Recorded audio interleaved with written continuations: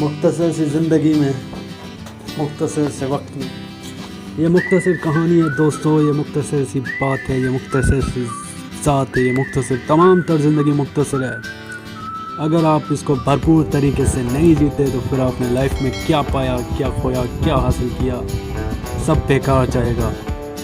अपनी ज़िंदगी को अहमियत दें, अपनी ज़िंदगी को टाइम दें, अपनी ज़िंदगी की कदर करें, अपनी ज़िंदगी को जीना सीखें। जी हाँ, यही ज़िंदगी है जो आपको खुदा की नेमत मिली है। इस नेमत का जितना हो सकता है उसको थैंकफुल कहें, ग्रेटफुल रहें और लाइफ में एंजॉयफुल रहें और इसमें हैप्पी रहें, खुश रहें, इसका शुक्रिया अदा करें दिन रात सुबह शाम।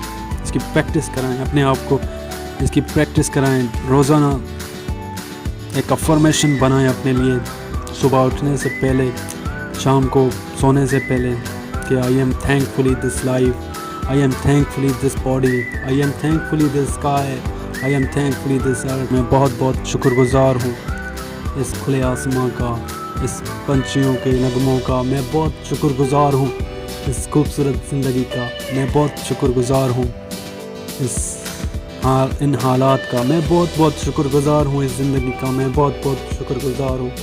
जितना हो सकता है आप अपनी ज़िंदगी में शुक्रगुजार बन के रहें। यकीन मानें कि जब आप ये चीज़ करेंगे, इस चीज़ को अपनाएंगे और जब आपकी बिलीफ यानी कि आपका जो यकीन है वो इस चीज़ पर आ जाएगा तो आपके अंदर इतना सुकून हो जाएगा ना कि आप हैरान रह जाएंगे कि यार किस कदर शुक्रगुजार रहने में, सिर्फ ग्रेटफुल होने में, थैंकफुल होने में कितनी सुकून है।